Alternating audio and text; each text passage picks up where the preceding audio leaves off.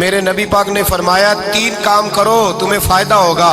حضرت عبدالرحمن ابن عوف فرماتے ہیں میں نے اس کا تجربہ کیا اس حدیث کا، اور آپ فرمایا کرتے تھے مجھے اللہ کی عزت کی قسم جو میرے نبی نے کہا حق اور سچی کا ہے، حق اور سچ کا ہے۔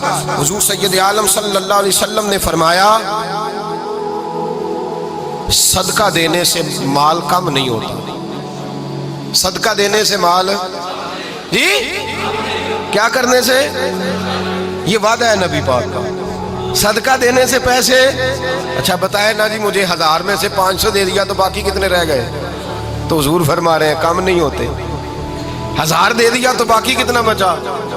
نہیں بھائی، میرے محبوب فرماتے ہیں تو اللہ کے رستے میں 1 دے وہ تجھے 700 گنا کر کے واپس عطا فرمائے گا۔ نبی پاک نے فرمایا صدقہ دینے سے مال کم نہیں ہوتا، اور فرمایا معذرت کرنے سے عزت میں کمی نہیں آتی، معذرت کرنے سے عزت میں کمی، اللہ اکبر، معذرت کرنے سے عزت میں کمی۔ اور حد کر دی میرے حبیب نے، فرمایا تو رب کی رضا کے لیے عاجزی کر، تیرے نبی کا وعدہ ہے اللہ تجھے عزت عطا فرما دے گا۔ تو جھک جا اللہ کی رضا، عاجزی اختیار کر، سادگی اختیار کر، سادگی عاجزی کر، تجھے اللہ 2 باتیں اس میں ارشاد، ایک معذرت کر غلطی ہو جائے، اور دوسرا پہلے عاجزی کی بات سنے۔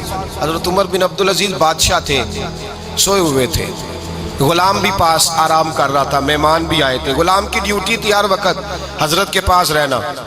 اب سوئے ہوئے دیر ہو گئی، غلام بیچارہ تھوڑا تھوڑا اونگ آتے آتے سو گیا، حضرت چراغ روشن تھا کچھ لکھ رہے تھے، مہمان بیٹھا تھا، خادم سو گیا، اب چراغ نہ آہستہ آہستہ گل ہو گیا، بجھ گیا، حضرت اٹھے، بوڑھے آدمی تھے، چراغ صحیح کرنے، مہمان کہنے لگے حضور میں نہ کر دوں، میں نہ کر دوں، کہنے لگے نہیں تم مہمان ہو، مہمان سے خدمت نہیں لی جاتی۔